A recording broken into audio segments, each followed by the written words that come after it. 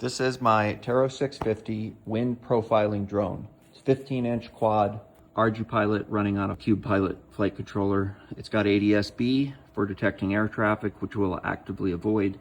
Totally custom. This is the mass flow sensor. This is a BME 280.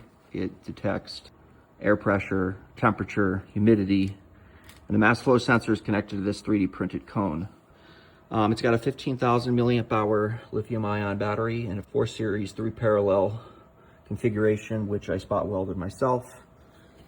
And these are 650 kilovolt motors with 70 amp ESCs on them. Totally overkill, but better to be safe than sorry. These are carbon fiber props. Did not make these. Everything on this is custom except the main base frame. These are custom, a lot of 3D printed parts that are polycarbonate. It's got a ton of redundancy, multiple gyros and IMUs, one GPS, 2 compasses. It's got an ESP32 with a LoRa module for sending telemetry data, multiple kilometers. I've got secondary backup telemetry here.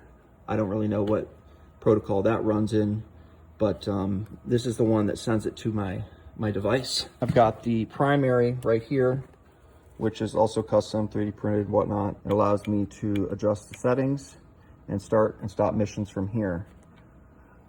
And then this is just a cheap Android tablet with a telemetry module on the back.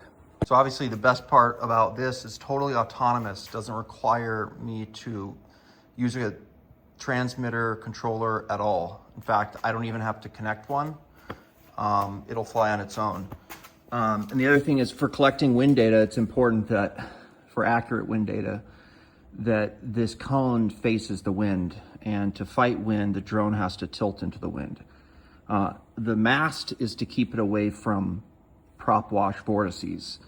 And then it uses the gyro to determine the tilt angle, and then we'll tilt the cone into the wind. So we'll go ahead and start the mission. So first we'll start spinning the motors, make sure they're all spinning before it tries to take off. I'm only gonna have it go 20 feet and 40 feet, just to demonstrate. So first thing it does is settle for a couple seconds.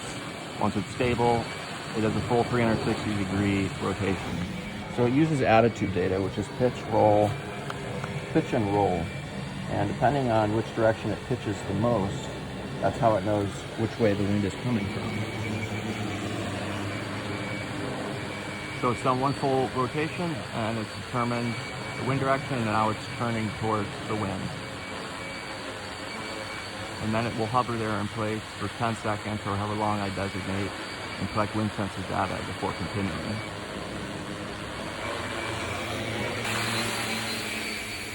And then it'll return back to where it took off from and land on its own. Finally, this is my control software for the drone. It runs on a mobile phone as well, but I've got my telemetry. It's got a lot of data. Mission control settings, where I can select my missions, adjust altitude and whatnot. I can, we got a Wi-Fi manager.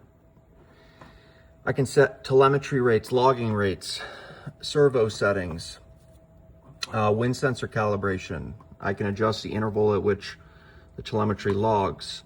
I got tilt model calibration, tilt bias, and even data on the LoRa module. I've also got a log browser and a button that will sync it to my Google Drive as soon as it lands. And then this I'm still integrating onto the actual drone itself, but this is my plot software.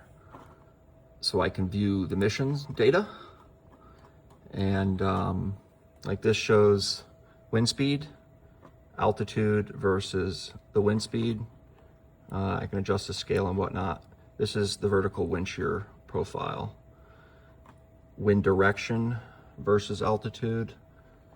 And here is turbulence or wind variability. And then I've also got things like temperature on here. And then there's another page, which I don't have here, that shows the actual statistics like p-value and statistical significance for the different data that I've collected.